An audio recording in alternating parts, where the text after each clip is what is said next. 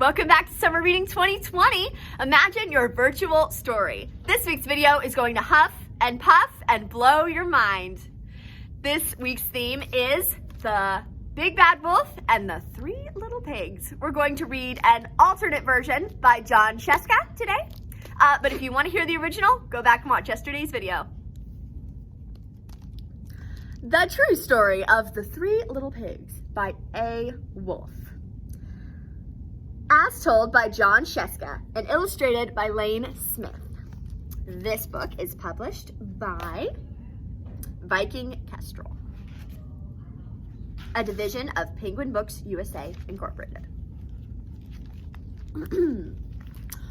Well, everybody knows the story of the Three Little Pigs, or at least they think they do.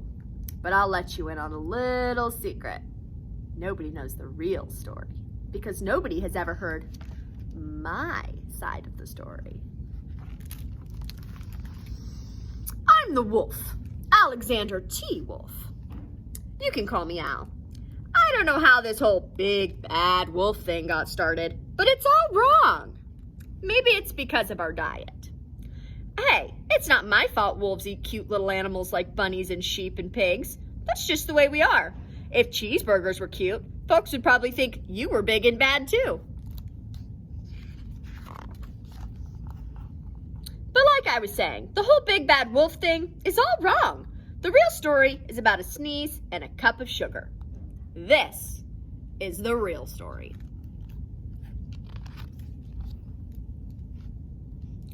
Way back in Once Upon a Time, I was baking a birthday cake for my dear old granny.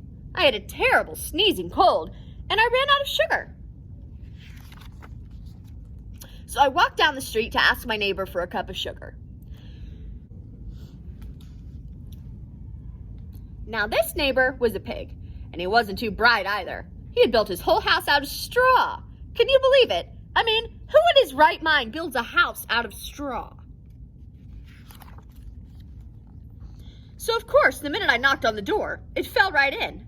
I didn't want to just walk into someone else's house, so I called, little pig, are you in? No answer. I was just about to go home without the cup of sugar for my dear old granny's birthday cake. That's when my nose started to itch. I felt a sneeze coming on. Well, I huffed and I snuffed, and I sneezed a great sneeze. And you know what? That whole darn straw house fell down. And right in the middle of the pile of straw was the first little pig, dead as a doornail. He had been home the whole time. And it seemed like a shame to leave a perfectly good ham dinner just lying there in the straw. So I ate it up. Think of it as a big cheeseburger, just lying there. I was feeling a little better, but I still didn't have my cup of sugar, so I went to the next neighbor's house. This neighbor was the first little pig's brother. He was a little smarter, but not much. He had built his house out of sticks. I rang the bell in the stick house. Nobody answered. I called, Mr. Pig, are you in? He yelled back, go away, Wolf, you can't come in. I'm shaving the hairs on my chinny chin. I had just grabbed the doorknob when I felt another sneeze coming on. I huffed and I snuffed and I tried to cover my mouth, but I sneezed a great sneeze. And you're not gonna believe it, but this guy's house fell down just like his brother's. When the dust cleared, there was the second little pig, dead as a doornail. Wolf's honor. And now, you know food will spoil if you just leave it out in the open. So I did the only thing there was to do. I had dinner again. I was getting awfully full, but my cold was feeling a little better. I still didn't have that cup of sugar for my dear old granny's birthday cake. So I went to the next house. This guy was the first and second little pig's brother. He must have been the brains of the family. He had built his house of bricks. I knocked on the brick house. No answer. I called, Mr. Pig, are you in? And do you know what that rude little porker answered. "Get out of here, Wolf. Don't bother me again." Talk about impolite. He probably had a whole sack full of sugar, and he wouldn't even give me one little cup for my dear, sweet old Granny's birthday cake. What a pig. I was just about to go home and maybe make a nice birthday card instead of a cake when I felt my cold coming on. I huffed, and I snuffed, and I sneezed once again. Then the third little pig yelled, "And your old Granny can sit on a pin." Now, I'm usually a pretty calm fellow, but when somebody talks about my granny like that, I go a little crazy. When the cops drove up, of course I was trying to break down this pig's door, and the whole time I was huffing and puffing and sneezing and just making a real scene. The rest, as they say, is history. The news reporters found out about the 2 pigs I had for dinner. They figured a sick guy going to borrow a cup of sugar didn't sound very exciting, so they jazzed up the story with all of that huff and puff and blow your house down, and they made me the big bad wolf. That's it. The real story. I was framed. But, maybe you could loan me a cup of sugar. Who's ready to cook a wolf? If you know the original Three Little Pigs story, you know that at the end, the wolf tries to crawl down the chimney to get the pig and ends up getting baked in his oven. We're going to build a solar oven today. It's not quite big enough for a wolf, but it's the right size for a pizza. All you need is a pizza box. If you don't have a pizza box, you can use any small, thinnish box that you have available at home. The inside is going to be covered in aluminum foil, so you'll need foil. You'll also need plastic wrap or any thin see-through plastic. You'll also need some black paper or plastic, something to cut with, and tape.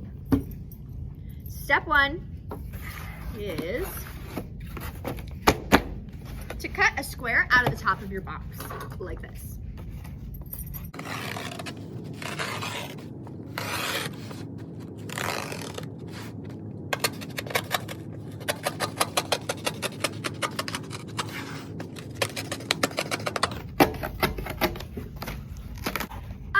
I'm done cutting the top of my box. I actually made a mistake. I cut this whole square out, and you're not supposed to cut it off. You're supposed to cut just the bottom part of the square so that it makes a flap like this. I just taped it back on. No big deal.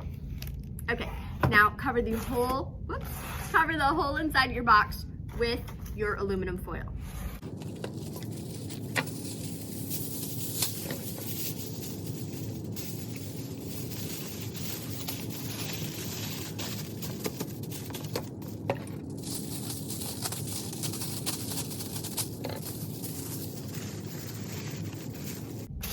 Okay, so I have my pizza box here, the flap on the top, and the whole inside covered with foil. Don't forget, especially the top flap has to be covered in foil. Now I'm gonna lay some black paper in the bottom. Dark colors absorb heat. So when the sun hits the foil, it's gonna act like a mirror and it's gonna make the light shine down on the inside of the oven. And since this black paper is so dark, it's gonna soak all of that heat up and trap it inside to cook your food. So if you don't have black paper, I would try this with some black plastic. If you have like a black plastic trash bag, I would try that. And of course, use tape throughout wherever you need to hold down your edges and stuff. There we go. That's step 4. And next, we need to use our plastic wrap. So we're going to cover the opening here in the top of the box with the plastic wrap so that the heat doesn't just hit the black paper and then just kind of waft away. It's going to stay trapped in here.